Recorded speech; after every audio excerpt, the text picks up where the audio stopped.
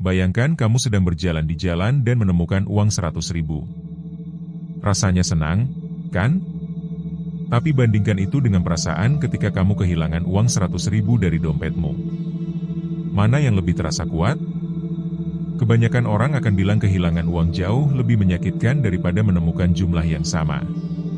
Inilah yang disebut dengan bias loss aversion. Otak kita secara alami membenci kehilangan lebih dari kita menyukai keuntungan.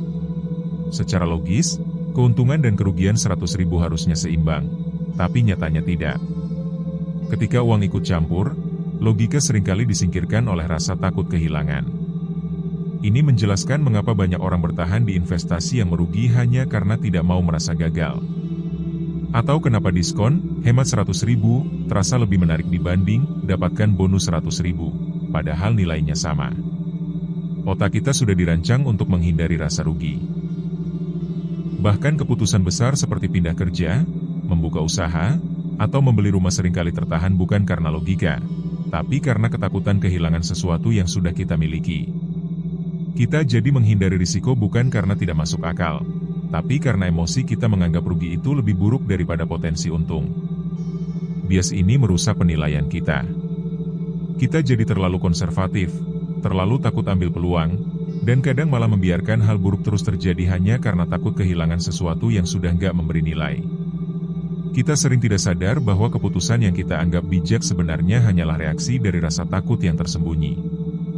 Dalam dunia bisnis, ini membuat banyak orang menolak inovasi atau gagal mengadaptasi perubahan karena mereka takut meninggalkan zona nyaman, meskipun zona itu sedang runtuh perlahan.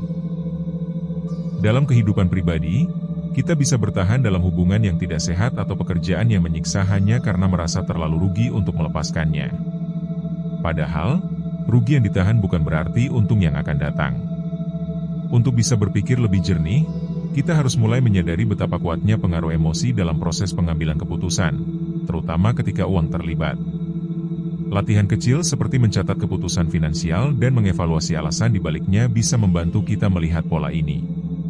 Tanyakan pada diri sendiri, apakah saya menolak opsi ini karena memang buruk, atau karena saya takut rugi?